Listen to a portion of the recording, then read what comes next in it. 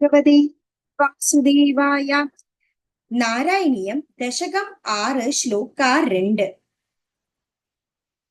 ജംഘേ തലാതലം അധ സുതലം ച ജാനു കിഞ്ച ഊരുഭാഗയുഗളം വിതല അതലേ ദ്വേ ശോണീതലം ചകനം അംബരം അങ്കനാഭി വക്ഷകച്ച ശക്രനിലയ തവ ചക്രപാണേ. ജംഘേ എന്നാൽ ഭഗവാന്റെ 2 കാൽവണ്ണകൾ.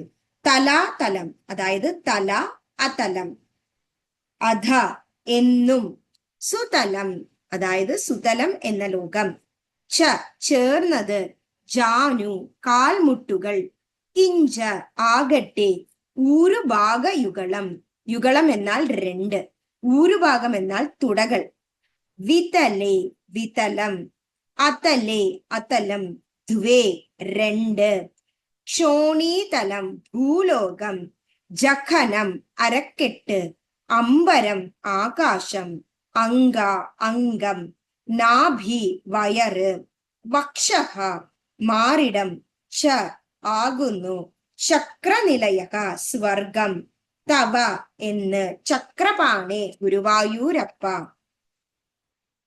ജംഘേ തലാതലമധോ സുതലം ച ജാനു കിഞ്ചോരുഭാഗയുഗളം വിതലാതലേ ദ്വേ ക്ഷോണീതലം ജഘനമംബരമംഗനാഭിഃ വക്ഷശ്ച ചക്രനിലയസ്തവ ചക്രപാണേ. ഭഗവാന്റെ 2 കാൽവണ്ണകളാണ് തലവും അതലവും. അതുപോലെ തന്നെ ഭഗവാന്റെ കാൽമുട്ടുകളാണ് സുതലം. ഭഗവാന്റെ 2 തുടകളാണ് വിതലവും അതലവും. അതുപോലെ ഭഗവാന്റെ അരക്കെട്ട് ഭഗവാന്റെ ആകാശമാകുന്നു.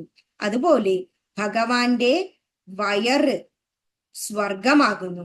ഭഗവാന്റെ മാറിടം അതായത് ഭൂലോകമാണ്. അപ്പോൾ ഭഗവാന്റെ ഓരോരോ അംഗങ്ങൾ ഏതേത് ഭൂമിയിലാകട്ടെ, ആകാശത്തിലാകട്ടെ, സ്വർഗത്തിലാകട്ടെ ഏതൊക്കെ ഭാഗങ്ങളാണ് എന്നാണ് ഇവിടെ സൂചിപ്പിക്കുന്നത്. ഭഗവാന്റെ ഓരോ അംഗങ്ങളും ഈ ഭൂമിയിലുള്ള ഓരോരോ കാര്യമായിട്ടാണ് അവിടെ സ്ഥിതി ചെയ്യുന്നത്. അതിനാലാണ് ഭഗവാൻ ഈ പ്രപഞ്ചത്തിൽ തന്നെ വ്യാകുലനായി നിൽക്കുന്നു എന്ന് പറയുന്നത്.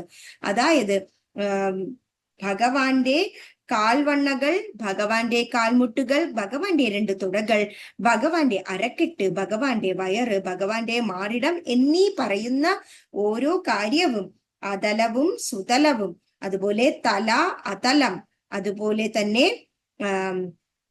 വിതലം അതലം, അതുപോലെ ഭൂലോകം, അതുപോലെ ആകാശം എന്നിങ്ങനെ ഓരോ പലതരത്തിലുള്ള ആ ഒരു അംഗങ്ങളെയും ഓരോ വിധത്തിലാണ് കുറിക്കുന്നത്.